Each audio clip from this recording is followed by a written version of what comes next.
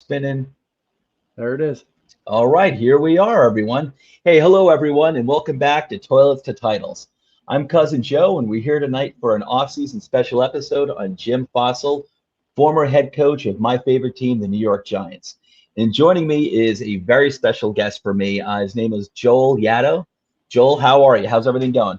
Man, I'm doing great. I hope you're having a great night. And I hope our viewers are having a great night as well. Got a nice weekend coming up, Yeah, relaxing. yeah, same here, man. Looking forward to Father's Day weekend. I call it weekend because we'll spend Saturday and Sunday doing stuff, so it's going to be Right. nice. But Joel, just for everyone to know, Joel and I, we've been like long time commentators on YouTube channels, of giant content creators, and we're the two guys who will like talk all the time. We've made like guest appearances on shows, and like we always had so much to talk. So when I wanted to do this episode, and I was thinking of Jim Foster, who unfortunately passed away 2 weeks ago, it's like if I'm going to do the show, I'd love to have Joel on with me because he's I'm 50 years old. Joel is around my age, and we were there when Fossil was coach and before he was coach.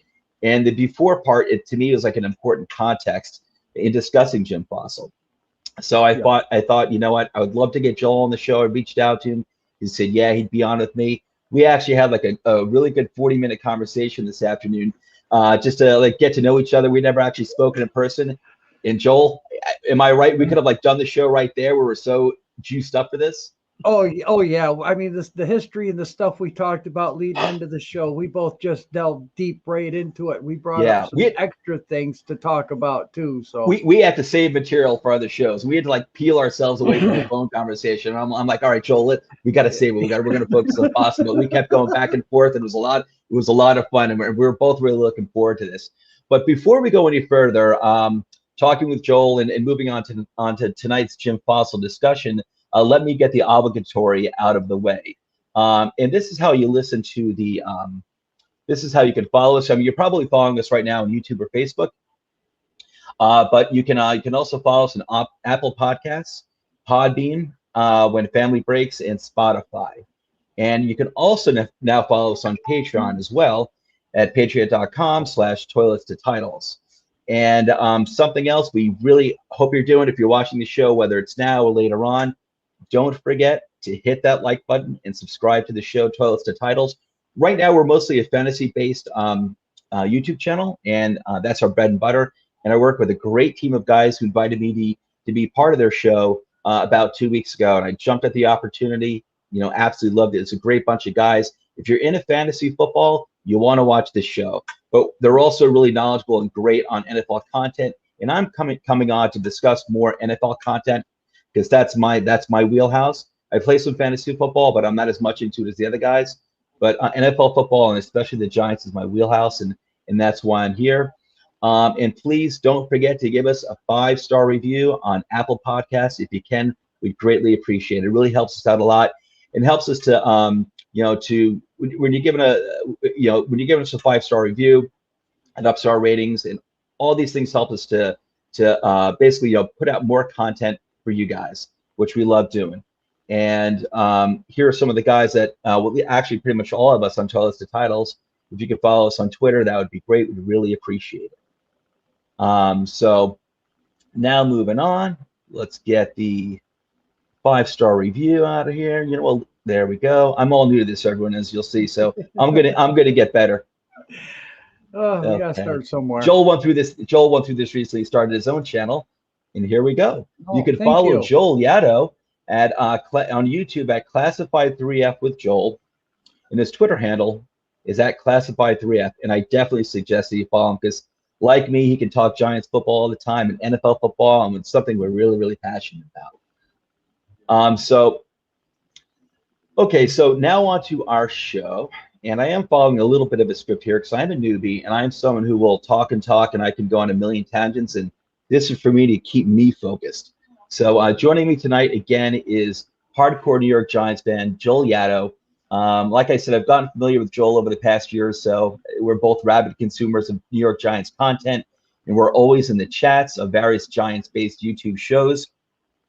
Joel, you recently started your own brand new YouTube channel, Yes. which you can find, like I said, at Classified 3F with Joel. and you can find him on Twitter at Classified3F.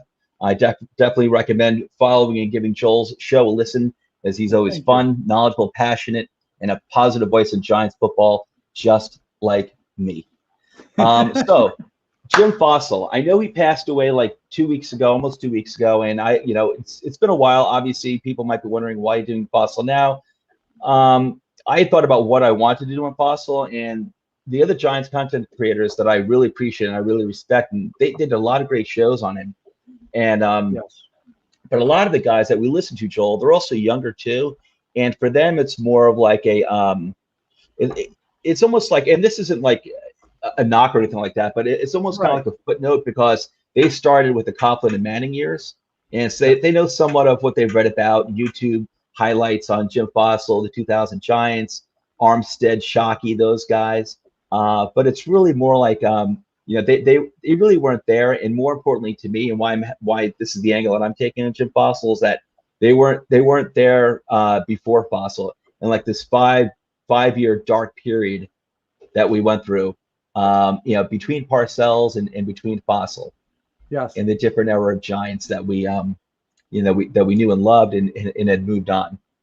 So but I wanted to do an episode dedicated to him from this perspective, and I wanted to approach the episode from the context that I viewed Jim Fassel as for a while now, and that is two ways. One, that he's an important bridge between the two most important eras for the New York Giants in modern times. That is the multi-Super Bowl winning Parcells and Coughlin teams.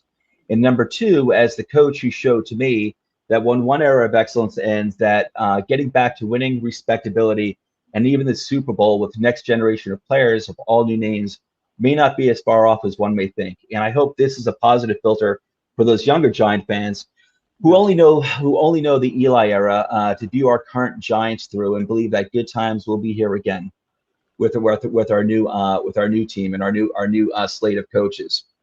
Yes. And I thought, what better way to rehash Jim Fassel's tenure and what it was like to be a Giants fan leading up to him than with two long Giant fans like myself, like Joel and I, who experienced it all.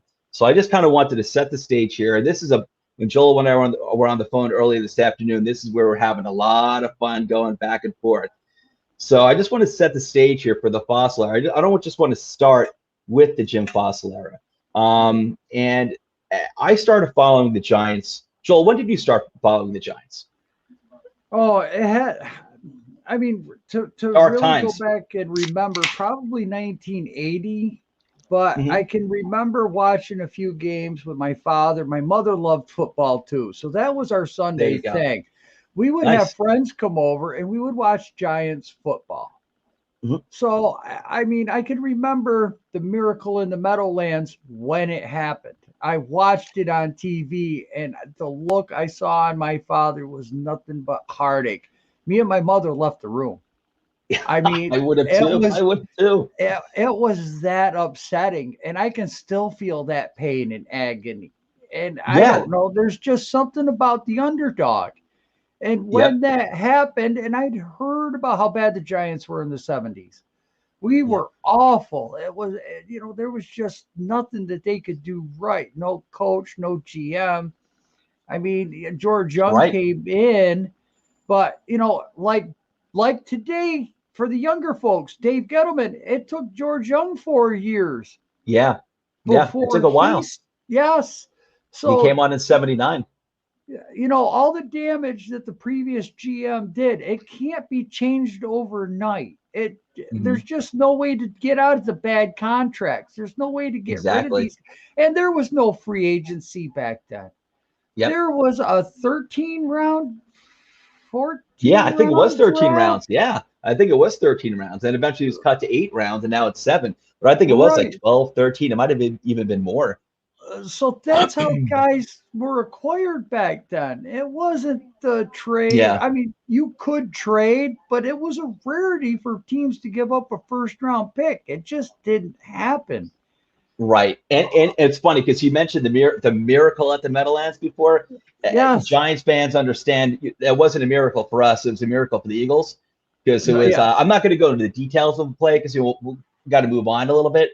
But it was horrendous. It led to the firing, I think, of the general manager at the time. And they wound up, and it wound up actually being a blessing for us because we got George Young as our general manager, who brought in Ray Perkins and eventually Parcells, drafted Sims, drafted Lawrence Taylor. George Young already had like a good career as a GM, I think, with the Colts. But the miracle did lead to good things for us. But like you were saying, Joel, it's like not just the 70s, but pretty much since like I think around 63, the team had been bad, and not just bad, really bad. Really not too many good players. I remember you hear from that time, like late 60s, early 70s. You hear the name, I think, like Pete Gogolak, who I think was a punter or a kicker. Oh, man. You'll hear guys, you'll hear from people who grew up at that time who were like, they never should have traded Fran Tarkenton. You know, who was probably like the one good Giant at that time, and they traded him to the Vikings. The Vikings, you know, kicked butt in the 70s. Well, don't forget Norm Steed, Randy Johnson, Craig Morton. Yeah, they had good players. Yeah, Craig Morton, another QB. Oh, there's a name. Right.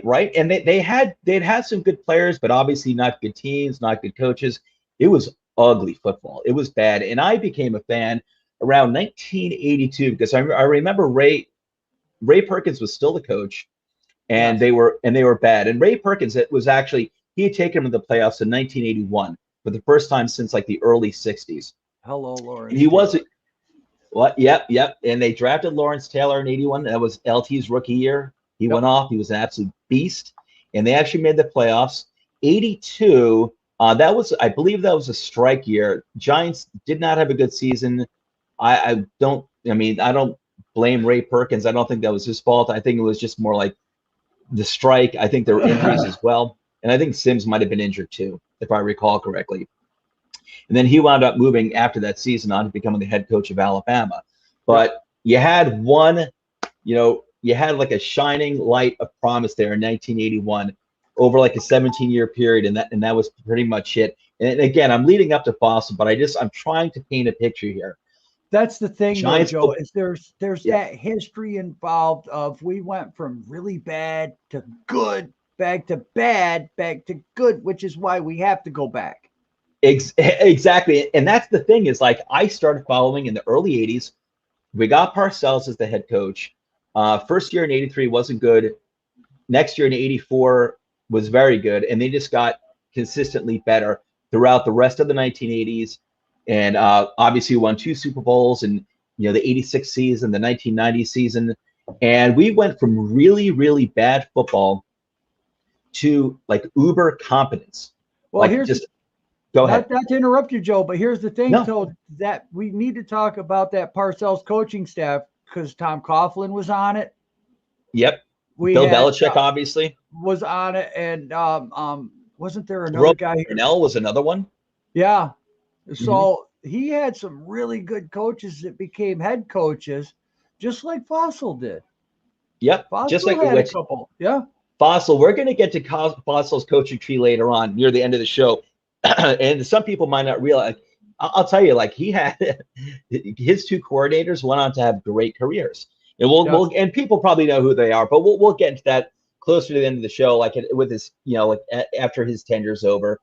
But so you had, so you had this, like we said, incompetence for a long time. Then all of a sudden you had like uber competence. You had, those Parcells teams, that was a great coach team.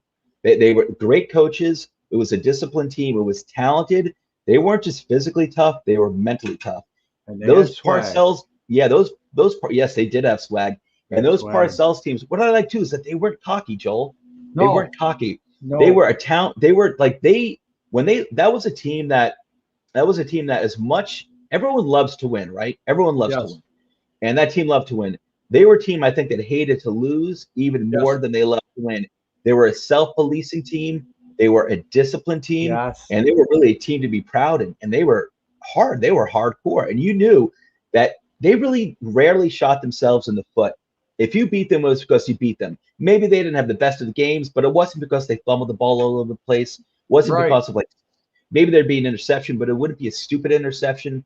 I'm not saying, hey, G Nation. Hey, Lou. It's like, I'm not saying that, they never lost games, but they really, like Parcells, as far as I recall, didn't really have too many of those head-scratching losses, which we did see with Fassel and even some with Coughlin. Yeah. It was just like that Deshaun Jackson game, kick in the groin, Like you really didn't get that. So, and we had like 7 years under Parcells of just real competence. Like you knew you were sending out a team that could compete with the 49ers at any given time, Chicago, the Washington Redskins. Yep, they can go out and they can compete with the best teams every single year. And that's what I grew up with. And Joel, that's what you grew up with too, and that's what you came to know. Yes. And it's what you come to expect. And that's what I'm kind of getting at. And then after the 1990 season, it was, and when they won Super Bowl 25, the 1990 season, that following offseason, a lot of coaches. We lost. Who did we lose, Joel? Do you remember? Yeah, we lost Belichick and we lost Coughlin.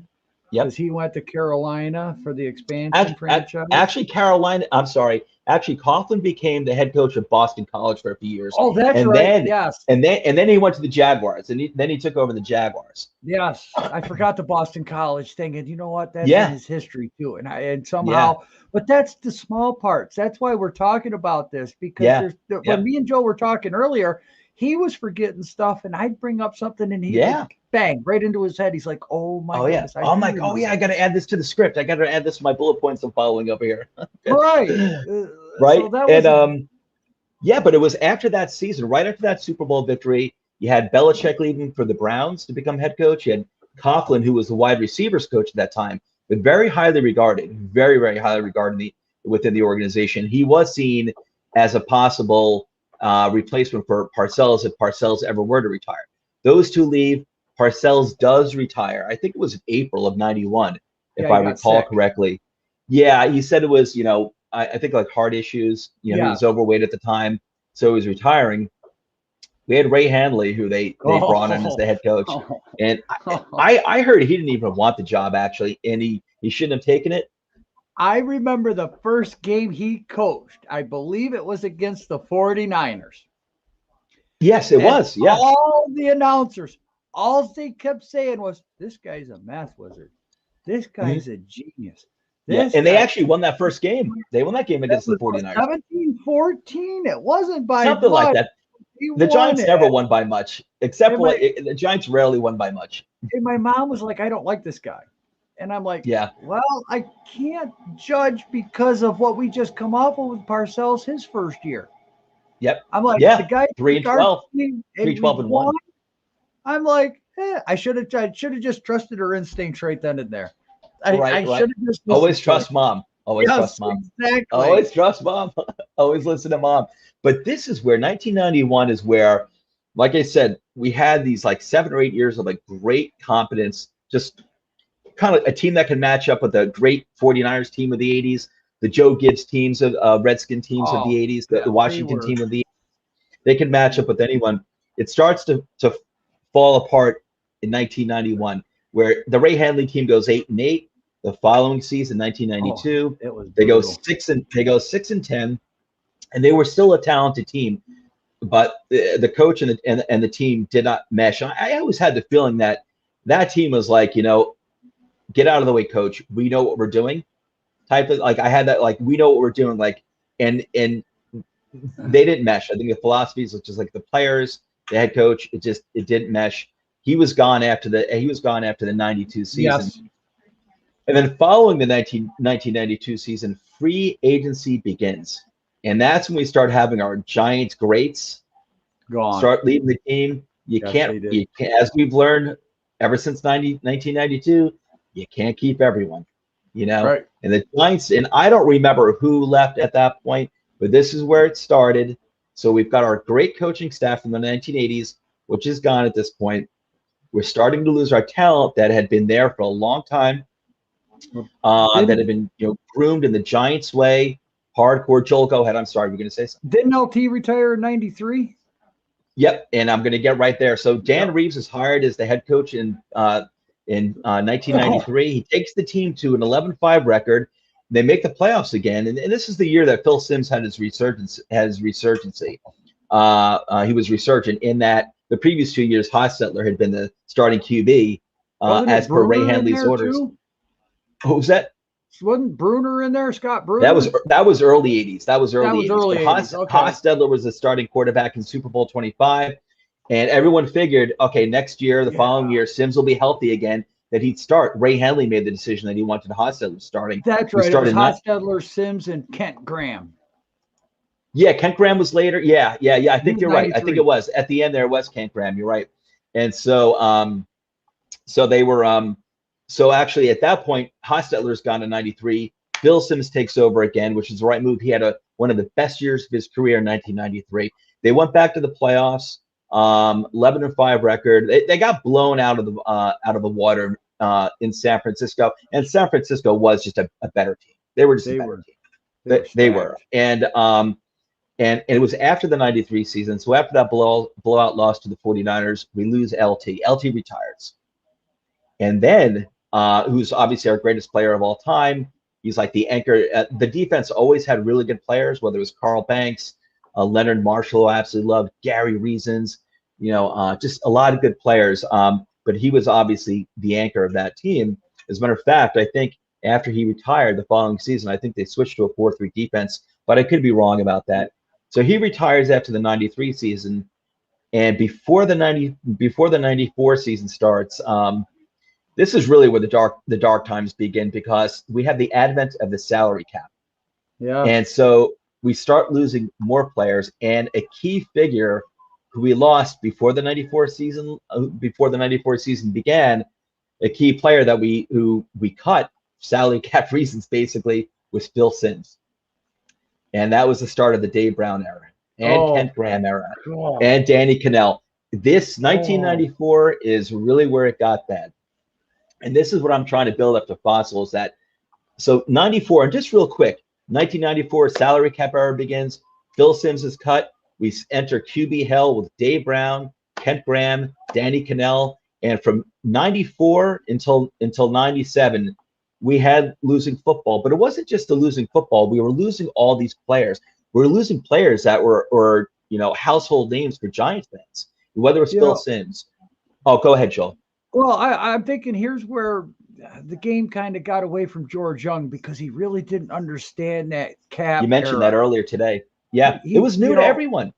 He was such old school that you had 13 draft picks. You picked your guys, you put them on the field. Yeah. And rarely you made a trade. So him not being able to keep up, that kind of hindered us too, because we were always drafting running backs.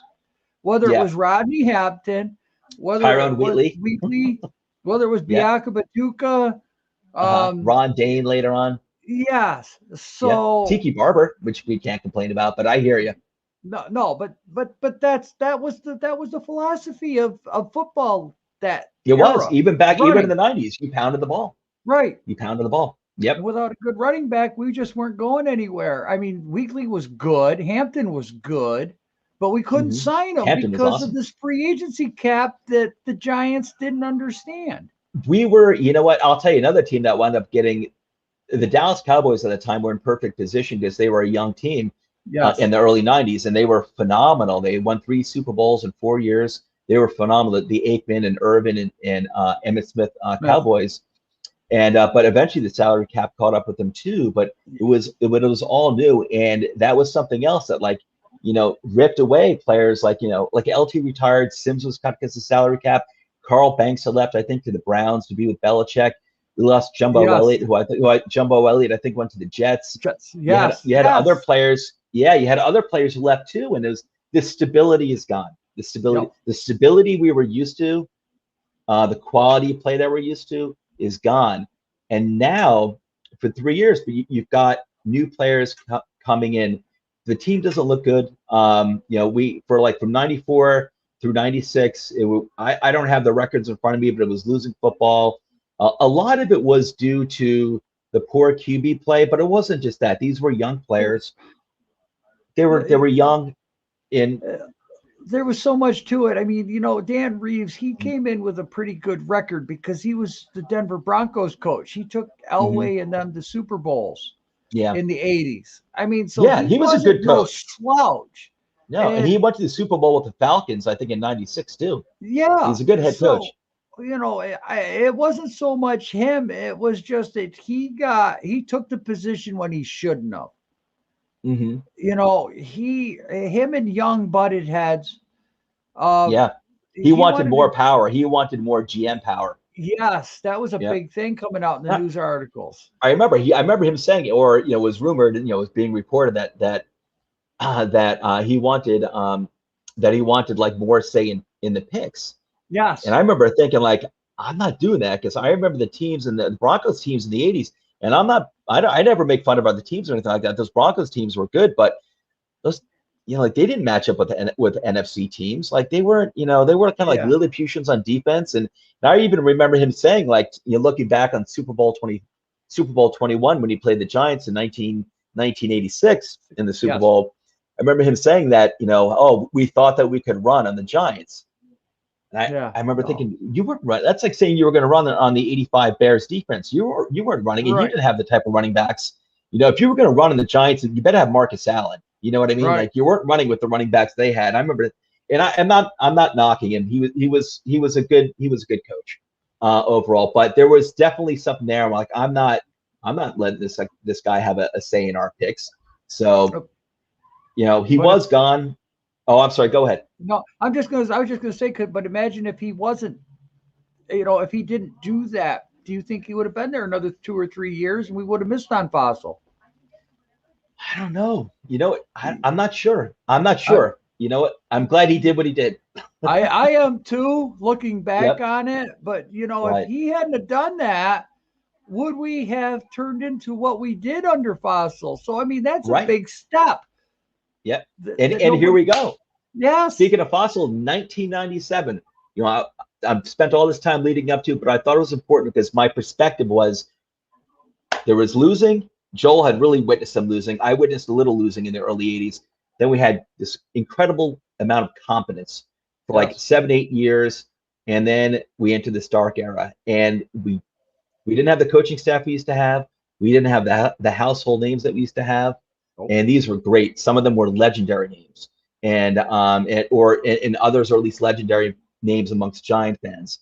And then we hired Jim Fassel in 1997, who I think they actually might have tried to get Coughlin at that time, but he was, I guess I think he might have started with Jacksonville the year before. I could be wrong about that. I think you're right. I could be wrong about that. But I remember Fassel had actually heavily pitched himself for this position. Maybe there are other coaches that do that, but I remember reading just news articles of that. He was he really wanted to be head coach of the Giants. He loved the organization. Fassel had been there in 91 and 92. I think first as QB coach, and he was a very well-regarded QB coach. And then he was the offensive coordinator for 1 year, 92, under Handley, I believe it was. Yes. And he loved the organization. And he really, I think Young was looking at a few different people, but he eventually landed on Fassel in 1997. And at this point, 1997, no one's expecting much from the New York Giants. Like I said, our big names are gone, all new coaching staff. It's like everything's just in flux. Everything's kind of like, and I'm not going to say turmoil, because it wasn't like, there wasn't like bad blood on the team or anything like that. But it was just, there was no winning. And we didn't know when the winning was going to start. We're kind of like in QB hell. And then in 1990, yeah, I know, kind of, and wow, losing games in the ugliest of fashions as well. And in 1997, Jim Fassel's hired. No one's really expecting much at that point because we've been really bad for the past few years. He's hired as the head coach, and he takes that team with really like no new proven stars yet. Like Strahan wasn't a proven star at that point yet in 1997. He was improving. He'd been drafted in 93. And he was like an up-and-comer. He was getting better every year, but he wasn't really a household name.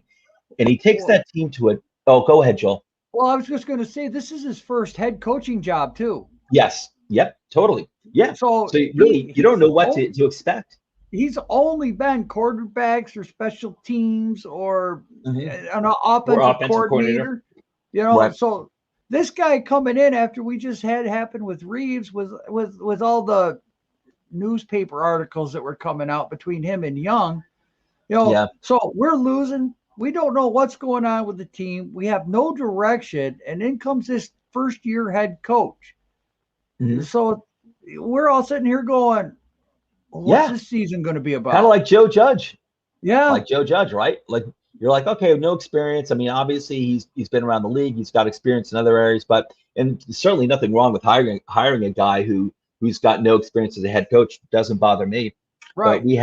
But we don't know what to expect from him. This is a team that's in flux. You know, we don't know really what we're getting here. We're rebuilding. It's a new generation of Giants players that we're not used to. Right. So he takes the helm. To compare it to today. All right. So Tom Coughlin, we had Bill Parcells. Yep. Ray Handley, we had Ben McAdoo. And then we go to Dan Reeves, we go Pat Shurmur. And now we got Jim Fassel, and we go to Joe Judge. Oh, guys, totally. When people see me rant and rave about the Giants and everything, this is what I'm telling you what I see. When I see say Daniel Jones is going to be a good quarterback, it's because I had to watch these three clowns back in the 90s. I know. People don't know QB health. I mean, he's got Jones has a lot more talent than those guys did in the mid to late 90s. Yeah, a lot more talent. Absolutely. So I see, and I'm like, other fans younger fans who are used to Manning, it was obviously, Pro Bowler, Hall of Famer, competent quarterback. MVP. You're comparing the Eli Manning. Don't do that just yet. I'm looking in comparison to other guys who really weren't good in the 90s. And I'm like, believe me, he's a lot closer, I think, to Eli Manning. I'm not saying he is Eli Manning. I think the potential's there. I think he's closer to that quality of quarterback than he is to like the bottom rung like we had in the mid 90s. Right. It was brutal. It was ugly. But Fassel takes the helm of the Giants in 1997, and he takes it to a 10-5-1 record and first place in the NFC East in a playoff game. And he won. He won NFL Coach of the Year. Yep. So here was a team. Again, we lost our talent, our last generation of awesome Giants players, awesome Giants coaches. And here comes Jim Fassel, who no one really knows anything about, with a team of young players that have yet to really prove themselves. And he brings them to a 10-5-1 record his rookie season. And this is where I'm like, I thought about Jim Fassel, like, how would I approach this? Other content creators have just done great shows on him. And but I'm like, to me, this is what it meant to me with Jim Fassel. He showed me that there could be life after Parcells.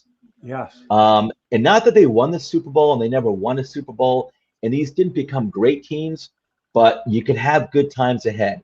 And I now know that. So we're going through the rebuild that we're going through now. I'm like, I've got no problem with this. There's no sweat for me. Right. When we moved on from Eli, I loved Eli. I'm like, but I've been through this. I know we can get to like the next generation of great Giants. Right. And that's what Fassel had proved to me. Fassel was just the right coach at the right time. I think he was. I think he was. Players liked him. That's it right there. He comes in his first season. He wasn't a hard-nosed football coach. He wasn't a loud guy. He wasn't going to scream. He wasn't going to yell. But he taught the guys how to play football. He kept the locker room together. Really many games that I didn't feel like. I mean, we lost games, but I felt we had a chance to win. Yeah. Yeah, I also felt like, there was also like a young team, and young teams make mistakes, Yes, because if you look at it, Jesse Armstead was an 8th-round pick. Michael Strahan was a 2nd-round pick, but it took him a year to develop. Yeah. And then he turned into what he turned into. So we've lost everybody. We didn't have a guy on the team to really root for anymore. Right. It's the same thing as losing Eli, JPP, Ahmad Bradshaw, Hakeem Nicks, Victor Cruz, even OBJ. But we had our own great players in the Coughlin Manning era. They're all gone now. But it was easier for me as someone who's turning 50 next month. It was easier for me as we lost these players over the past few years. And I'm like, let's rebuild. We're going to rebuild, and we're going to have a new generation of Giants players to look forward to. And it's great to see this younger generation of Giants fans we got too, especially here on YouTube, social media, and everything. And I love these kids. They do some great videos. They're awesome. Giants fandom is, Joel, you and I don't have to worry. Giants fandom is in good hands for generations to come. We really are. We're lucky. So here he comes. Like I said, bad Giants football for a few years. Jim Fassel comes out of nowhere, basically 10-5 with one record, first place in the NFC East, NFL Coach of the Year. They wound up blowing the playoff game against the Vikings that year. I don't remember if I was at that game or just watching it on TV. I don't even remember if it was at Giant Stadium or in Minnesota, but I remember that was Randall Cunningham was quarterback for the Vikings, and he was one of those players that when he was on the Eagles, he killed us. And I remember the Vikings. I remember people saying, other Giants fans saying, well, don't worry about it in terms of this playoff game. Randall Cunningham's playing. They were kind of like mocking him because he was like older at that point, and the Vikings weren't like the best team either. I remember thinking like, man, that guy's got our number. He scares the living bejesus out of me. Yes. And sure enough, he led. The Giants were up, I think, like 10 points with a minute and a half left in that game, and they wound up Cunningham scored a touchdown with a minute and a half left, and then they recovered an onside kick. And Cunningham wound up taking it to the end zone. I don't remember if he ran it in or passed it or whatever. It was an ugly loss, and there were head scratching losses in the Fassel era. I love Jim Fassel. I thought he was a good head coach. I'm not going to say he's Parcells or Coughlin, but Coughlin had his head scratching losses as well. The Deshaun Jackson game, at the top of my list. But that one hurt. But then again, I remember I wasn't disappointed because I'm like, hey, we're 10-5. We didn't even expect that. No, we didn't expect it at all. We were looking at 8-8. We were going to be ecstatic. 8-8. That was like absolutely exactly. Yeah. Like, you told me at the beginning of the season 8-8. I would take that to the bank. I would have taken that to the bank. Absolutely. And but at the end of that season, this is something you had pointed out to me when we were talking earlier, Joel. At the end of the 97 season, George Young, who had been the Giants general manager since 1979, retired at the end of that season. And his handpicked successor, Ernie Accorsi, took over at that point. Any thoughts on George Young and that transfer of power there? Well, if I'm not mistaken, didn't Gettleman come over with Accorsi about then too? Yeah, I'm not sure when Gettleman came over, but I know he was. He was under Accorsi. Accorsi had a good staff, and I'm not sure. I don't recall exactly when Gettleman and Jerry Reese started, but under Ernie Accorsi, Dave Gettleman was basically head of like pro player development, pro player operations. Basically, he was the guy who was in charge of he kept his eye on the NFL talent. So when free agency came up, guys they could look to sign like a Sean O'Hara, like a Kareem McKenzie, Plaxico Burress. Like he was the guy with this was his job, was to focus on the guys who were already in the pros. And then you had Jerry Reese, who was in charge of the draft and drafting NFL players and the scouting department. Right. And those two worked very. Of course, he had a very good regime under him. He really did. But he took over. George Young. There's another big name that's gone. Oh, my family's back. Everyone, sorry. Hopefully my dog. I took the dog for a walk. Yeah. Hopefully Melvin won't be jumping all over me. You guys can give him a meat bone. I'm still doing the show. Oh, that's all right. Now, here's something. I just Googled it up. It said Accorsi actually joined the Giants in '94 and served as an assistant GM under George Young. And he was being groomed to take over. So he was already on the staff. He was watching this stuff as we were watching it and going on and going through. So he came in knowing pretty much what was going on and what he needed to do. And when he took over, I mean, he drafted some really good players. He did. He had good drafts. I don't remember if he drafted Tiki Barber. I'm not sure exactly like who was drafted, like say like 96, 97, 98, 99. But he did draft. Ernie Accorsi had a lot of good drafts. And he had actually, I think he was general manager of the Colts in '83 when they drafted Elway. And Elway forced his way out of Baltimore at that time, Denver. Yeah. He said, "Don't draft me, don't draft me." They drafted him. He refused to go to Baltimore, the Baltimore Colts at the time, and they traded him to Denver. And so he had experience, but he had been handpicked by Young to be his successor, and it was a damn good choice by George Young. And so that was 97. And then, so we go into 1998, and, I guess that team, and I don't remember exactly what happened there. There might have been some injuries there. Again, this is still a young team, but the team finished with an 8-8 record. But again, it was like our QB, we're still in QB purgatory. We're still dealing with, I think Dave Brown might have been out of the picture at that point, but we're dealing with Kent Graham and Danny Cannell. This is who Jim Fassel has to work with. And thank God he was like a very well regarded QB coach, because I think he squeezed as much juice out of Graham and Cannell as you possibly can. And this team actually did go to 8-8 in 1998. So they took a step back, but still respectable and still a young team. Yeah, there was a notable. It was Cannell. Go ahead. It was Cannell and Graham because it was the following year that he picked up Kerry Collins. It was in 99. Yeah. Yes. Yeah. Oh, yeah. And he was the one that kind of glued everything together. He was the missing piece, which wound up being proven on the field. And so 1998, there was really nothing of notoriety that year. But it's still a decent team, still respectable, 8-8 record. And there was one notable win, and I think it has relevance today. Now, at the end of this season right now, the Eagles basically sat in the fourth quarter. They sat their starters the last game of the season when there were playoff spots on the line. The division was on the line. And the Eagles wound up losing to the Redskins. Me, myself, I didn't really care so much. I wasn't angry. I don't even think teams that are under 500 should even go to the playoffs, even if they win the division. That's just me. Me too. And yeah, so I'm like, whatever. We should, as Joe Judge, and Joe Judge put it perfectly. He didn't really knock the Eagles directly. He said, first of all, we didn't take care of our own business, right. Especially when you're talking about the winner of the division being 6-10. If you're going to win as a 6-10 team or a 7-9 team, you better take care of your own business before you start complaining about someone else. And then he went on again. He didn't direct this specifically to the Eagles, but then he went on to say, as the head coach of the Giants, I'm just letting you know that this team will never, basically give up in a game, start in a game that's relevant. And this game was relevant because there obviously playoff implications, not for the Eagles, they weren't going, but for the Redskins and the Giants. Yep. And why is that relevant?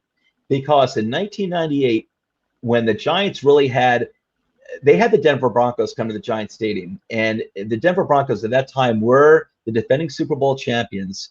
They were 13-0. I don't know what the Giants' record was at that time. They finished 8-8, but one thing I do recall is they were not playing for a playoff spot. They really had nothing to play for. The Broncos come into Giants Stadium, defending Super Bowl champions, 13-0, and the Giants really had nothing to play for anyway. I guess they could have started, sitting starters, losing games, get better draft picks. What do? They go out and they beat the Broncos. Yep. I forgot the exact score. It might have been 17-14 or something like that. I think the game ended on a Hail Mary from Kent Graham to Amani Toomer, if I recall correctly. But it was an incredible upset. Yeah, and it was a great game. It was great to see. And it's like, again, it's like now you've got these young players, the next generation of Giants players who are coming along, and they had a good year the year before, and here they are now, like this big upset win against Denver was the best team at the time. They were the powerhouse team. They were solid. Elway finally had a defense. He finally had a running game. Running back.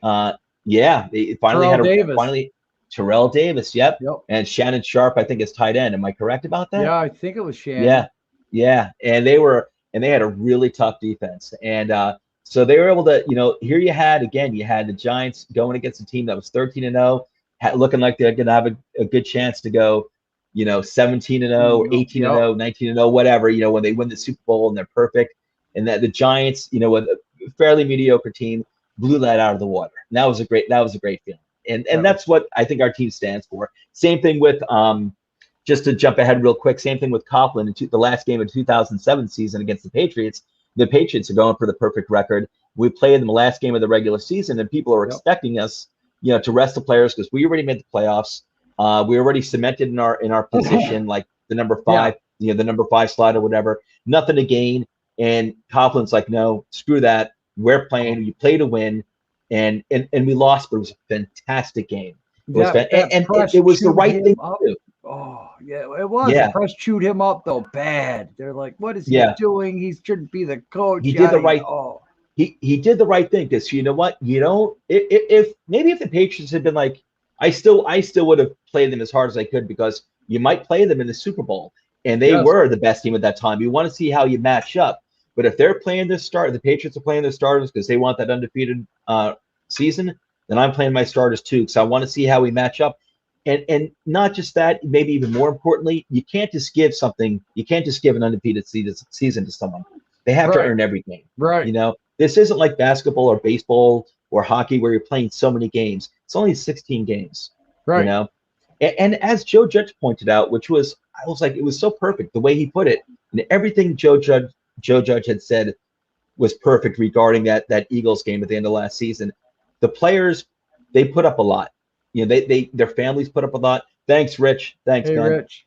Rich is one of the team members here on Toilets to Titles, but he was the families, go through a lot too. They don't get to see their husbands all the time, for at least 6 months, 8 months out of the year. And like he said, especially last year with COVID, you got to put off a wife's birthday party, stuff like that. So it's just kind of like the dignity of the game, honorable thing to do. And but anyway, so I thought that correlated really well, with beating the Broncos in 1998 and just giving it your all. And so moving on to 1999, it was another mediocre record, 7-9. It was a 7-9 record. However, and this was a season that was mostly with, I think, Kent Graham and Cannell at the helm. We signed Kerry Collins in the offseason before the 1999 season started. Kerry Collins had been drafted number 5 overall, I think, in 1995. I think he was the first pick by the Panthers ever. But he was a pick, but the first one by the Panthers. It was the expansion. The 5th pick in the first round and first pick ever by the Panthers. I think he had, if I recall correctly, he had a good rookie season, and then just kind of like the wheels started falling off. He was basically, I think, struggling with alcoholism at that time, and he wound up there. Oh, go ahead. He was struggling with alcohol, but he also went up to the coach at one point in the time and said, "I just need a break." And his coach took that as, "Okay, you're going to quit on the team. I'm getting rid of you," and put him on the waiver wire, which just started coming out. This was all new. And of course, he was just sitting back waiting, and grabbed him off the waiver wire. And that's how we acquired Kerry Collins. It was. I was so glad when he did that. I remember it was controversial at the time. I wasn't a fan of him. I was not like, a fan of him. Well, I was like, I'm not going to say like I knew too much all about him at the time, but I knew that, he was, highly regarded quarterback coming out of college a few years before. And I know we had at least one good season with the Panthers, maybe two. And I was like, you know what? This guy's got a ceiling that's much higher than, these backup quarterbacks that are playing right now, So I was like, when they picked him up before the 99 season began, I was like, I can't wait till they start Kerry Collins. I can't wait. And unfortunately, they didn't start him until I think after the 11th game, maybe the 11th or 12th game of the season of 1999. And they only finished 7-9. So at this point, after this season, people are starting to question Fassel, because the team did have they did have losses where it was kind of like head scratching losses that you expected to win, games that they should have won, they wound up losing. Right. And you're starting to wonder, okay, is Fassel the right guy? But again, this is still a young team. They're still accumulating talent. And we're going to go over some of the notable Giant players from his tenure a little later. Right. But this is still a young team that's being built. 98 and 99, just mediocre seasons. Okay, is he the right coach to take this team forward? And but they got Kerry Collins in 99. 2000, Kerry Collins is named the starter at the beginning of the season. Yep. And the team actually said the year 2000. What were you expecting of the Giants in the year 2000, Joel, before the season began? Man, like I said, we only got a small sample size of Collins. We knew he did good with the expansion as the team of the whole. What were we expecting of the Giants? Man, I would have been considered a winning season, a winning record. 9-7. I thought we could get to 9-7, 10-6. I mean, if you look on defense, all we had was Armstead, right? Strahan. We had Keith. We actually had a solid defense, but it wasn't necessarily proven. The pieces hadn't come together just yet. Now remember, we're still we're still fresh in our minds as the 80s with LT and Carson. And so when I say we never had any defensive firepower, I'm still, we're still coming off of that 80s defense, 86, 87, 88. We were used to rolling out nuclear weapons every Sunday. Exactly. We had LT to root for. And it's like, Strahan's coming into his own. Armstead was a very productive player. We had, what's his name? Jason Sehorn was someone else I loved too. That's it. So we had a really good Hamilton, the Hammer. Yeah. Even Michael Barrow was a nice pickup, free agency. Yes, he wasn't bad either. But we didn't have them stars. We didn't have that swag that we were carrying. I think Armstead was at that point. But you're right. Right. We haven't proven anything. We haven't proven anything.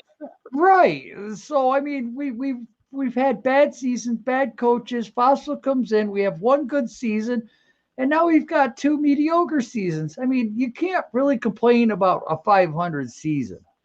Right. Oh no, I'm with you. It's the coaching. Okay, all right, we're winning a few games, but I want to get into the playoffs. I want to root for my team on one weekend, where it's limited amount of teams. So, and we're used to that winning. We're used to being there. We're used to being in the hunt. We can beat these bad teams. We can win against these really good teams because we match up. And we haven't matched up. So I felt like I was excited. I thought 2000, I wasn't expecting Super Bowl, but I was expecting like 10-6. If Collins could play the way I thought that he could be the legitimate starting quarterback. I'm not saying Pro Bowl caliber, but a legitimate starting quarterback. Unlike Graham, unlike Cannell, I felt like he was the missing component at that time.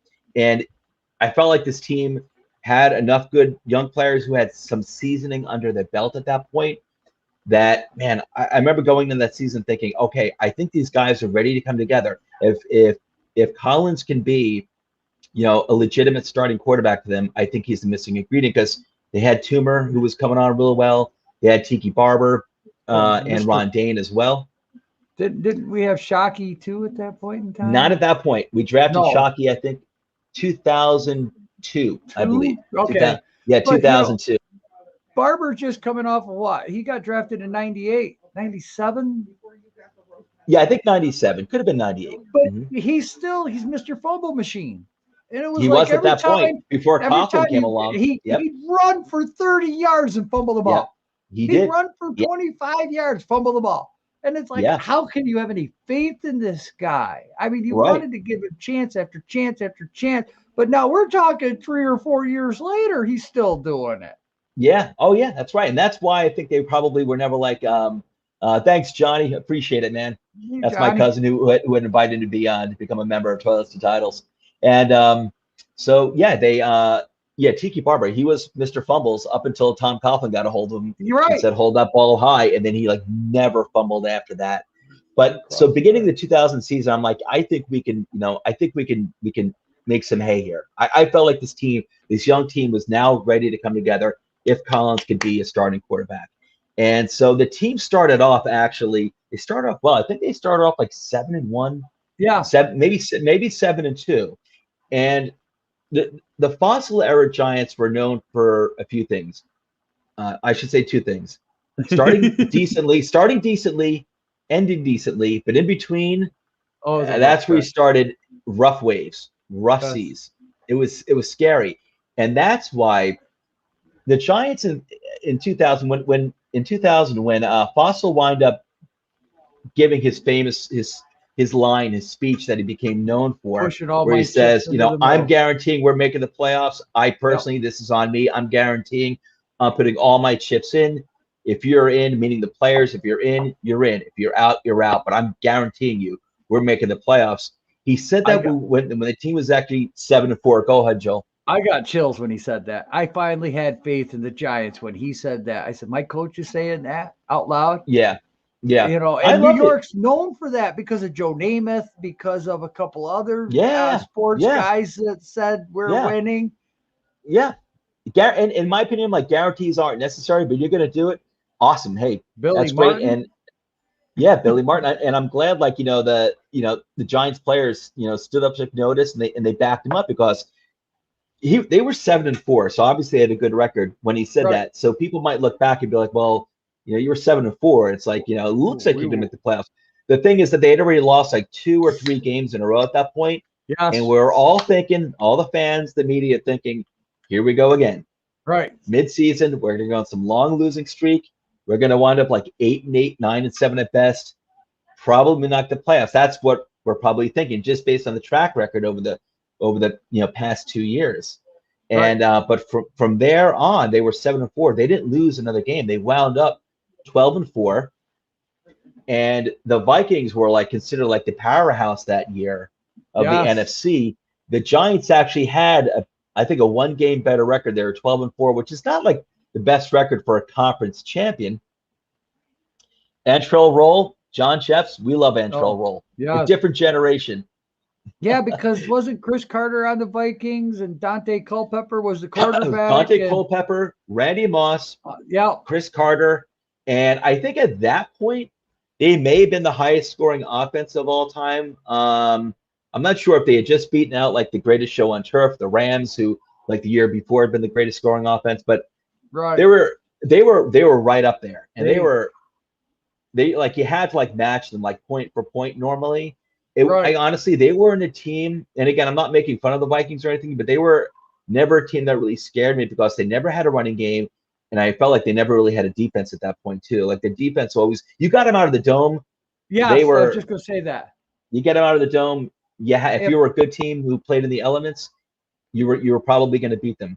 If and that so game's in Minnesota, we're not winning that game. I don't. It could have been different. I still think we were a much better team. I do. They were a complete team. But Culpepper was having a hard time throwing in the old Giants stadium into that wind. He was struggling. Yeah, and he had a strong arm too. The guy had a strong arm, Cole, but he could throw like 80 yards and accurately too. But he wasn't used to playing in the elements. Yeah. So we're facing the Giants were 7-4 when Fassel made that statement, and he made it, like I said, because we were all thinking, and reporters were writing, are we going to poop the bed again? Go 8-8, 9-7 at best, miss out on the playoffs. And from then on, from there on forward, they didn't lose another game. Wound up 12-4. They secured home field advantage throughout all the NFC playoffs. Played the Eagles. Who were a good good team that was up and coming. They were young, and that was like Donovan McNabb's like second year. Yep. And it was a tough game. It was a good game actually. I think it was like 17-10 or something like that. It was a close game. Yeah. We did beat them in our first game that year in the playoffs. We beat the Eagles, and then we had the Minnesota Vikings coming into town. And basically everyone at that point, even though we had a better record maybe by a game, everyone was writing us off. Everyone was writing off. I'll tell you, I felt, Joel, honestly, I swear, I wouldn't have been shocked if the Vikings won, but I felt like, I think we were just a more balanced team, a better overall team. I thought that, our offense, I didn't think we would shut them down, but I thought our offense could keep up with them, at least to say win like a 30-27 game, something like that. Right. So, and it's funny, so everyone's expecting the Vikings to come in, blow us out, and they're probably going to face the Ravens in the Super Bowl. Those are like the 2 favorites to make the Super Bowl at that time. But they got to play in Giants Stadium, the old Giants Stadium, which is just an awesome venue to see a football game. It was a lot of fun. And so they come in, and it's funny, Joel. I remember for like the week leading up to that game, you had the Giants coaches out there, including Fassel.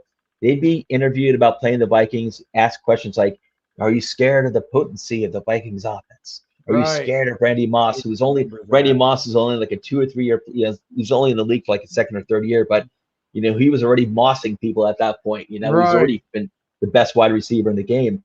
And it was a high-flying offense. And they were asking the coaches, including Fassel, what are you going to do to slow this team down? And he was out there. I think him and Sean Payton, his offensive coordinator, were out there saying, well, you know what? We got to keep the ball away from them. We're going to pound the rock. We're going to run that. We're going to, keep the ball away from them by running the ball. We're going to do that. And Joel, NFC Championship game. What actually happens? Dude, he threw that ball all over the place. Collins, I don't know what out got of that into ball. that kid, but that was the only. And here's the thing: the week before that, I had a couple of friends that were Vikings fans. Yeah, I had the '80s chest puffed out that week. Yeah, I was talking smack. I'm going, how much you want to bet? I said, we're going to smoke you 30-0. I felt confident. Yeah. I did too. I said, we're going to beat you 30 You're underestimated, Joel. You underestimated. I didn't think it'd be 41. I was thinking 30-27, but it was like the Giants got the ball. I think they got the ball first. They moved down the field immediately. A nice strike, like a 30-yard strike, I think, to Ike Hilliard. They just marched downfield. 30-yard strike to Ike Hilliard was wide open. And that's the thing. The Vikings defense was not good. It was bad. They had Randall, who was a very good defensive end. Yeah. Good pass rusher. That was really it. I think they might have had a good front four. That was really it. That was it. They didn't have a good secondary. I knew that. I'm like, you know what? We could really do damage against this team. I really think so.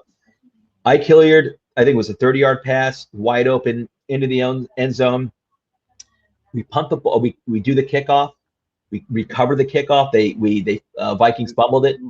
We recovered it. One play later, touchdown pass to fullback Camella. Was it Greg Camella? Was that his name? Greg Camella, yeah. Yeah, it was Greg Camella. Yeah, I don't think ever caught a touchdown up to that point. I don't either. It was actually beautiful. It was actually a beautiful reception. Oh man, I remember as you were describing that, I'm remembering all this stuff. It's just been so long ago since I've watched this. That was, I never had faith in Collins, and the way he played that game, I'm like, why can't he go down to Miami? I know everyone that Ravens defense. I watched them teams. I mean, they pounded the Steelers. The better team won. Oh man, they were good because it was the Steelers, and they smoked somebody else too. I can't remember. They were shutting down everyone. I don't think they had any close games in the. But the thing is the quarterback wasn't that good at all. No, it wasn't. But that was what I respected about the Ravens, and they're still very much that type of team now. I mean, they have an awesome quarterback. Don't get me wrong, but they've always been defense first, and that Ravens defense in 2000. The Ravens defense in 2000 was that was probably the best defense I had seen with my own two eyes, besides the 85 Bears. And I have the 86 Giants up there too. I have the 86 Giants up there and probably like the 2002 or 2003 Buccaneers. But besides the 85 Bears, I think that Ravens defense in 2000 might have been the best that I've ever seen with my own two eyes. I'm a diehard Giants fan too, and that 85 Bears defense with Buddy Ryan. I mean, I hate Buddy Ryan. Yeah. But what he did there with that group of guys, they were ferocious, man. Yeah, that 4-6 or whatever he called it. Yeah, I think it was 46 defense. Absolutely ferocious. And the Ravens defense was just phenomenal. They had a great running game too. I forgot the name of the running back at the time, but they had a real bruiser he was a phenomenal running back. And their passing game was like kind of like one of those. It was just like they threw the ball when they needed to, and they were accurate. So it wasn't like it wasn't like a great quarterback. I don't think it was like great receiving numbers, but they just they ran the ball. You couldn't really stop them, and and they threw the ball accurately. So they were definitely the best team. I give Fassel a lot of credit with that team that year with what he had. I give Corsi a lot of credit with what he had to work with.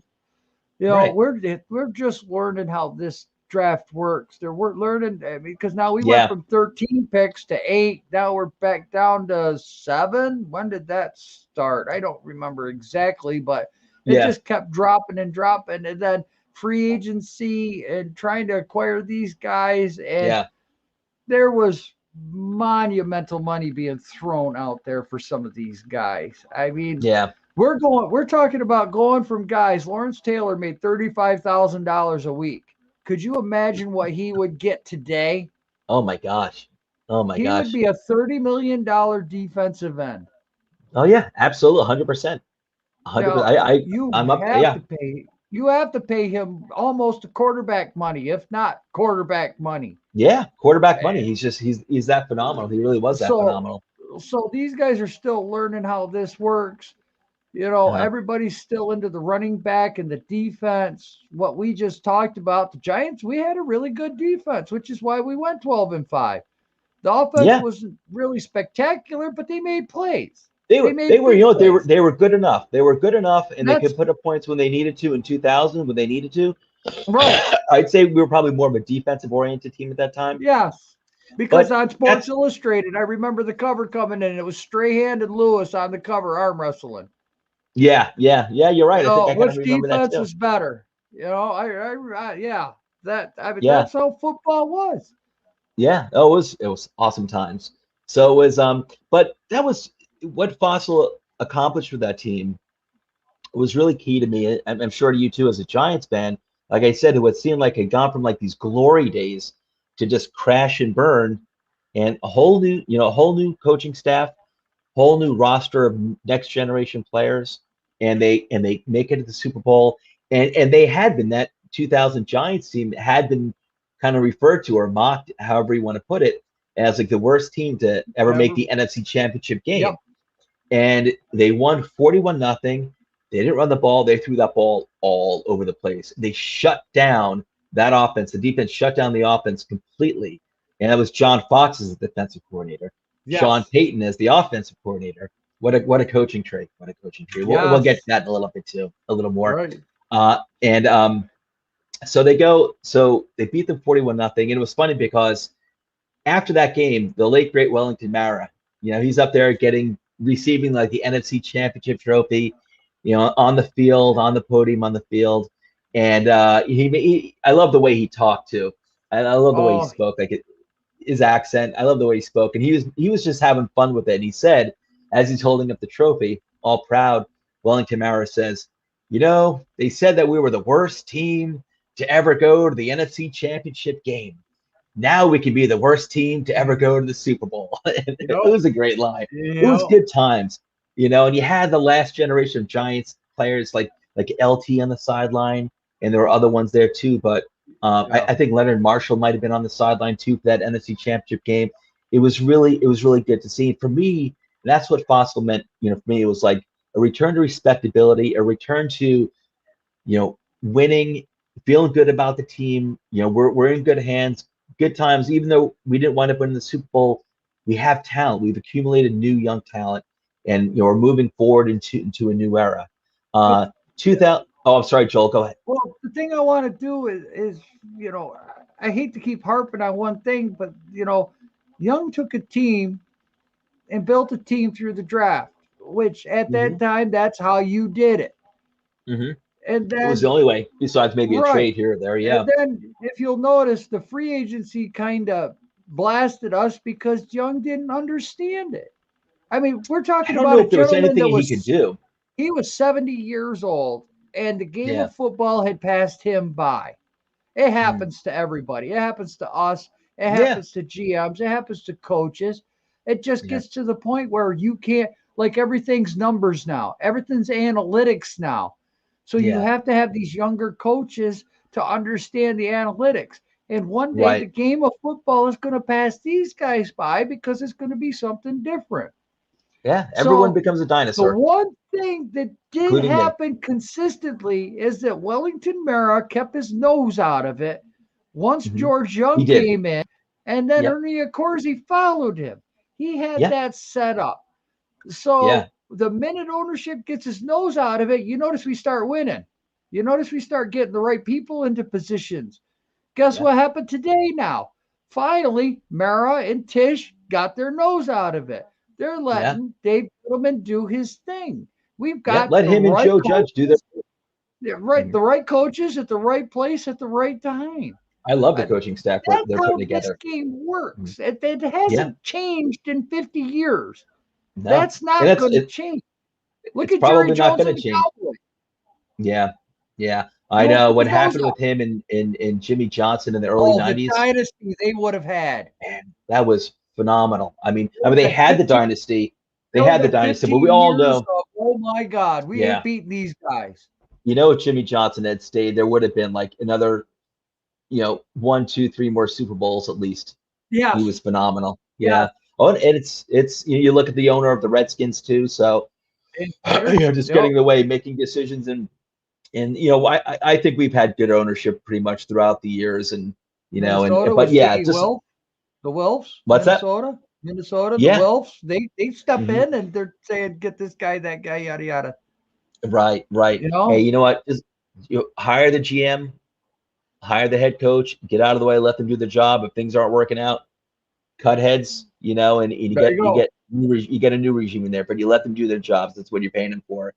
So, but moving on from the 2000 season, that's where the wheels kind of start falling off. Where 2001, it was a 7-9 record. I think we had a lot of injuries that year, actually, if I recall correctly, like a lot of key injuries. They won 7-9. We were losing our running backs too. We were getting these young talents coming in, and they were leaving right after the 4 years. We couldn't re-sign these guys. Hampton was gone. Bianca Batuka got hurt. Injured. Tyrone. Yeah, they didn't re-sign him. Hampton's knees were shot by like 96, and they didn't re-sign him. These guys were getting banged up. He was that guy barreled through people. Hampton. He was a very good running back. But yeah, but they so it was 2001 7-9 record. I think we had a lot of injuries. I don't remember what the injuries were, but there were a lot involved there. And 2002, we had a nice bounce back season. It was a 10-6 record that we finished off with. We made the playoffs, and again, this is the Fassel regime. We made the playoffs. And I remember when we went into the playoffs that year in 2002. I thought that was the year that the Buccaneers wound up winning the Super Bowl. And for me, from what I recall, from beginning to end, I felt like the Buccaneers were the best team. But I felt like the Giants, by the end of that regular season, was a team that I felt could give, if they could get to playing the Buccaneers, they could give them a run for the money. Because again, I felt like the Giants team at that point was a very, very well-balanced team. Defense, offense, offensive line.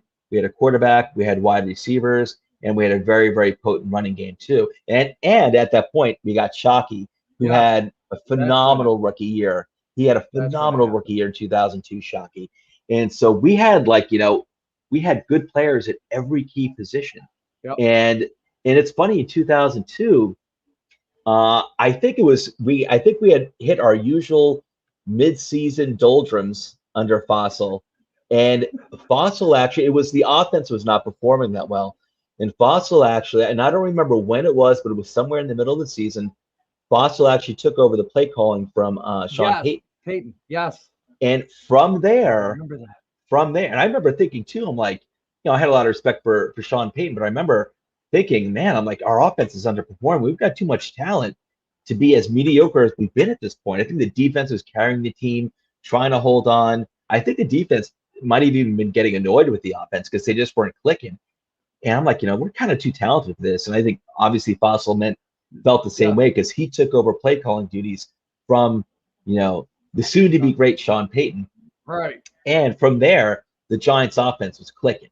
It was doing really well in 2002. And we go into the playoffs, and we go into San Francisco. I think it was a wild card game, I believe. And this is again, it's the worst loss. People refer to the Deshaun Jackson. Again? This was the worst loss of my Giants fandom career. People wonder why I hate Terrell Owens and Jeff Garcia. Oh, I know, right? Exactly. That's why it was so satisfying when we beat the Cowboys in 2007, and Terrell Owens was, that's my quarterback. That's my quarterback. That was it. And listen, and he had promo, and it's like I respected that, but it was funny. It was funny. Right. It was with the mirror sunglasses on. It was so funny. Yeah. This game was just so brutal. We had everything going our way. For people who don't know, for people listeners, whether you're listening now or you listen later on, let me just give it to you where we're at. Why for me this is the most horrific loss ever.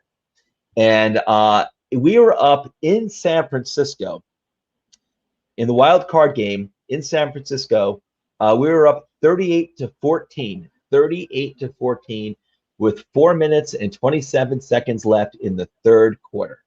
Michael So Strahan, we're almost at the fourth quarter. Scoreboard. Yeah, the San Francisco fans were saying whatever they were saying at Strahan and the Giants, and Strahan pointed up at the scoreboard to them and said, "Look at the scoreboard." Once he did that. Yeah. Yep. once he did that, yeah, it was wheels off from there. No. You're absolutely right. It was right from there or soon afterwards where the wheels came off and they wound up losing.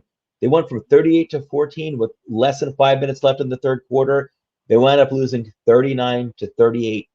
And the end of that game was very famous. It was a famous game where they lost 39-38. The Giants were going for a winning field goal attempt with 4 seconds left with time winding down.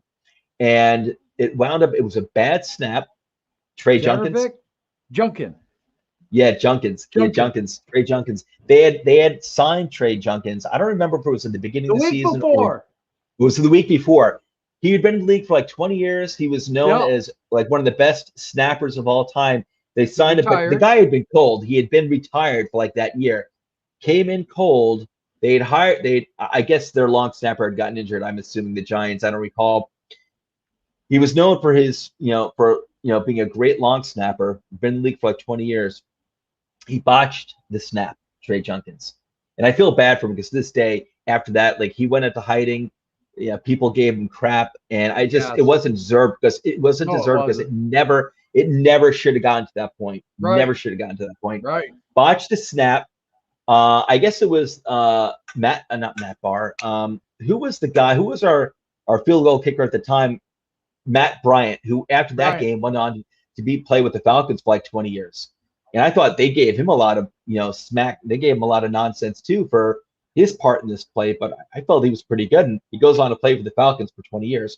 But anyway, so it was a blown snap. He was about to get, whatever. The play was blown up. The snap was blown up. Takes the ball. He throws it towards the end zone. And he throws it to the end zone, and there was pass interference on the play. And it was actually, there were 2 penalties on the play. One for some, it was off. No, I'm sorry. There should have been 2 penalties on the play. It should have been offsetting penalties. One against the Giants, one against the 49ers, which means offsetting penalties. You do the kick again. You do the play again. Basically, they equal each other out, and you do it again. They didn't call the penalty against the 49ers. They called it against the Giants, and it was holding. It should have been a holding call, like a clear holding call against the 49ers, and it wasn't called. And I forgot what the penalty was on the Giants. I forgot what it was, but it was supposed to be offsetting downfield.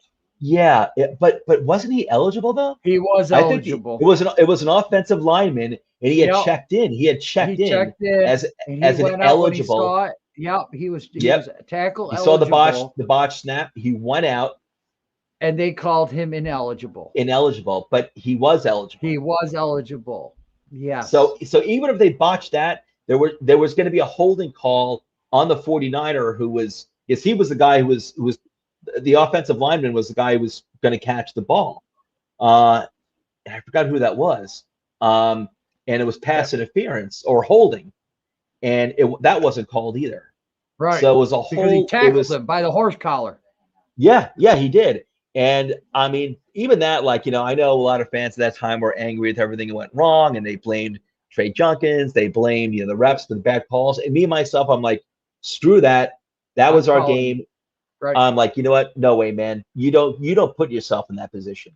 You don't put yourself in that position. 14, and you're gonna call somebody that for a last-minute field goal. Yeah, okay, that's their job. Right.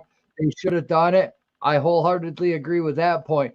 But there's no way that ever should have come to that. There's no way that should have come. But however, to the 49ers fans that cost us that play, Eli Manning got even with you. Yeah. Oh, big time. Big time.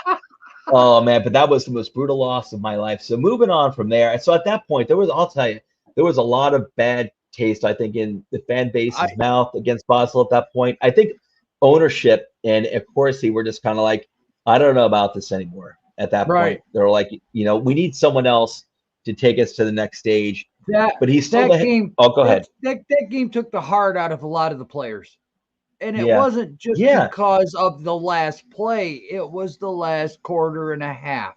Yeah, there was some bad play calling. Yeah, I know it was. You know what?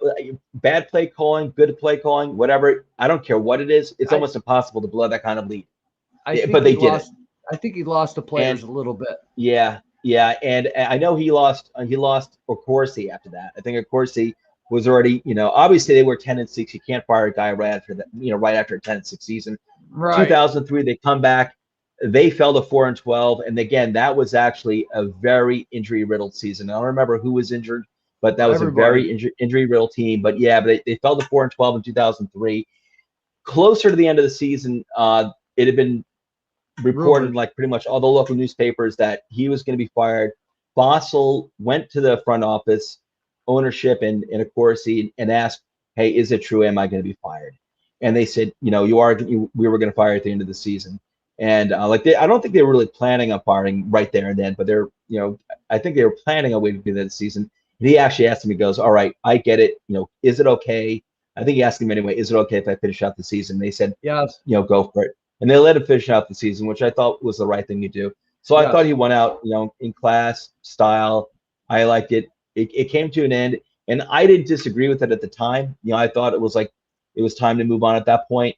Like they needed, I think, they had their eyes on Coughlin, who, as soon as Fassel was gone, they hired Tom Coughlin. I think they wanted that type of disciplinarian who came from the Parcells coaching tree, who had been there, with the Parcells coaching regime, how they did things, holding players accountable, focusing on the small things. And that's a common theme between Parcells coaching style, Coughlin, and now Joe Judge. And they talk about it all the time. You got to nail down the small things first. Well, look at that. Look at that team. We just what we're talking about, playoffs, contenders. This team was pretty good, okay? And then the following year, we had injuries, but we still had the same players. So Eli Manning comes in to Jim Fassel's team. Okay? Yeah. Oh, it was Fassel's guys. Yeah. That's what. He was parachuted. And everyone says, well, Eli had a better O-line. Eli had a better defense. Of course he did. Jim Fassel built that. Yeah. We forget it, though. Of course, he and Fassel, they built it together. And there was a team that was getting ready to win. They were still improving, and at that point too, they were still in the process of remaking the offensive line yet again. They were bringing in O'Hara. I think. Yep. Chris Snee. And so they were Snee, exactly, and they were same. Snee came in the same draft as Eli. Yeah, and he was the second round pick, and but yeah, that was. Coughlin he took over a team that was a talented team. Yeah. And they drafted their quarterback of the future, their franchise quarterback in Eli Manning, which if it weren't for that 4-12 record in 2003, they would not have been able to be in the position to even consider trading up for Eli Manning. So it wound up being a good thing in the end. Though.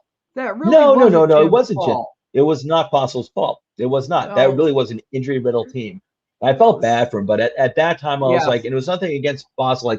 Sometimes with the coach of a team, whether baseball, football, hockey, basketball, whatever, sometimes you're just like, this coach stinks. It's time to end it. I didn't feel like that I certainly never felt like he stunk. I wouldn't be doing a show on Fassel right now, but I did feel like, what? It's time for another coach to see if they can take this team to a new level of more consistency, and they brought in Coughlin.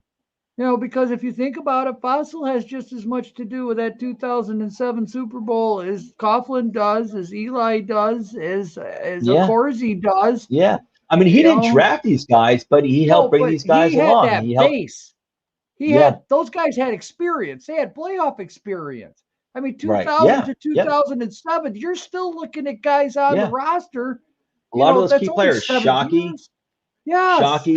Barber, Strahan, Armstead wasn't there at that point, but he retired. Amani Toomer, and so there were a lot of key players who had basically learned under Fassel, and been through a lot of battles with Fassel. Yeah. Yes. So, but he did a lot. He did so much to bring respectability back to the team that obviously the fan base, ownership, they weren't happy in the mid-90s. It just felt like a flaming heap of garbage. Right. After what we're used to, and Fassel was such a good guy too, really good guy. The players liked him. He did a lot for the communities too, if He I did. I remember right. Yeah, 9/11. He set up a fund, I think, to help police officers, like to help families of police officers and firefighters who died in the towers. I believe he helped set up a fund. I believe that's what the fund was for, but he was heavily involved. New York was always in that man's heart, and even though sometimes we might think he got the raw end of the deal, I mean, like we just said, let's not forget he was part of some of these wins. He helped us get out of the doldrums. He set it up for Coughlin. Yeah. The man. That's why when I said at the beginning of this, he was the right coach at the right time. I agree with you, Joel. That hits the nail right on the head for me. I don't know how else I agree you describe the guy. I agree with 100%. And so I was really proud that he was our coach. And I thought again he was that key bridge, that important bridge between those two Super Bowl winning eras. And he did a lot. He really did a lot for this organization. But just real quick, it was we touched on these names before, but I just wanted to give a shout out, just really call them out because these were his coaching tree is damn impressive. We could start off with John Fox, defensive coordinator, who went on to become have his own 15-year career as a head coach with a few different teams. He was with the Bears. He was with the Carolina Panthers. He was with Panthers. He went to the Super Bowl. Yeah, wasn't he with the Titans or Broncos? He took to the Super Bowl as well. That's it. Broncos. He took the Panthers in the early 2000s. They lost by only a field goal to the Patriots, and then I think it was in the early 2010s, maybe 2013 or something like that, where he took the Broncos to the Super Bowl, and I think they got blown out by the Seahawks. So it might have been 2015, something like that. And they got blown out by Seattle. Was just a better team. They were clicking. But Fox went to two Super Bowls, two different teams. They lost both times, but this guy, two different teams, to Super Bowls, winning record pretty much throughout most of his career. And he was just a top-notch head coach. John Fox, and I loved him as our defensive coordinator. I know the players love playing for him. Yes. And then Sean Payton, who is obviously one, Fox is easily one of the best defensive coordinators of his generation. And Sean Payton is obviously one of the top offensive coordinators and head coaches of his generation. Everyone loves Sean Payton. Everyone wants to play for him. What made Sean Payton is when Jim Fassel pulled that playbook away from him. He learned a lot. Yeah. Well, he went to Dallas. He went to Dallas to Parcells for a few years after that. He moved on. He was obviously that relationship with his done. And he's with Dallas for maybe 2 or 3 years. And then he got the head coaching position. Yes. Yeah, with the Saints. But I'll tell you, Jim Fassel knew coaching talent. Yes. Not too many people. You look at Belichick's coaching tree, and I think the next generation of Belichick coaches, like our Joe Judge in Flores down in Miami. I think these guys, they're the real deal. But the previous ones, the first 2 or 3 or 4, weren't good. For Fassel, who didn't coach for all that many years, I think maybe 6 years in the Giants, 7 seasons on the Giants, maybe, to have 2 guys out there who have their own head coaching careers for 20 years, that's pretty impressive. But what were we going to say, Joel? Well, I was going to just say that what I think of the difference with Judge is Judge is going to be Judge because he was under Saban first. And he really understood Saban's philosophy at Alabama. Mm-hmm. And then he went to Bill Belichick and he got that philosophy. So the difference between Judge is he's got the masters, 2 great coaches, and he wasn't there a year or 2. He was in Alabama for 5 years. He was in New England for 5 years. Flores was the same way. Wasn't Flores in Alabama too? I don't know if he was in Alabama, but I know he definitely came from New England. Right, but he was in New England for a while.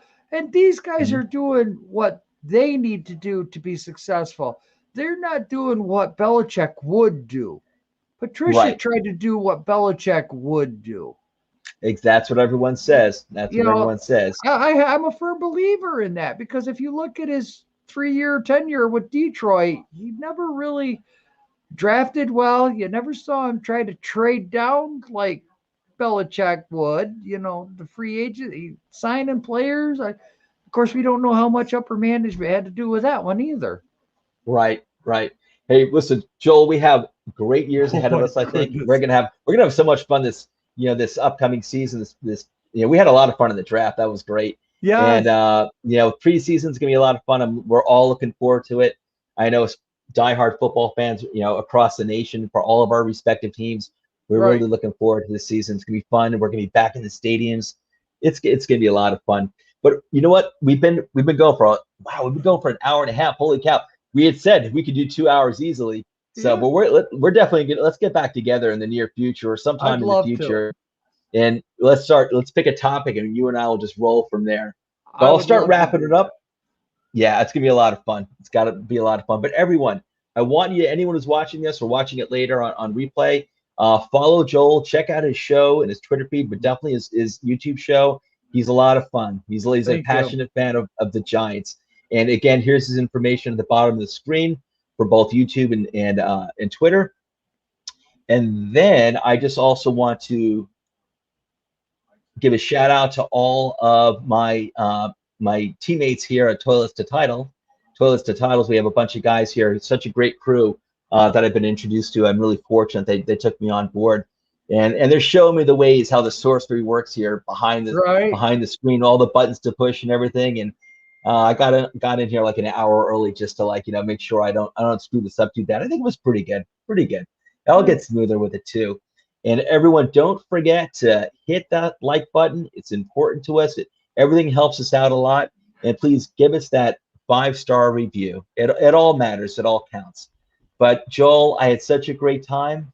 Is there anything you want to say at all before we sign off? Thanks for having me on. I've really appreciated going back. Thanks for coming on, Joel. Thanks. Football, reaching out to me. If you want to do this again, I would be more than happy to sit here and talk old school, the past, how it reflects today, and then for the younger generation to understand, this is what we saw, and this is why we say what we say in the chats, because we've seen this, we've lived it, and in football, things can get better at the turn of a well, like I said earlier, the Cowboys went 1-15 and went to the Super Bowl the next year. Why can't the Giants do that? Well, they're the Giants. Yeah. All right. Hey, I'll be happy. You know what? This year, I'll be happy. Let's get above 500. I'll be happy with 9-8, 10-7, and for me, I think that's their floor. But I'd also I'd just be happy with that. I'm like, let's just get to a winning record. See DJ progress, see the offensive line come together, and I do think they can do better than that. I do. To me, that's my floor, and but I think they're going to reach that too.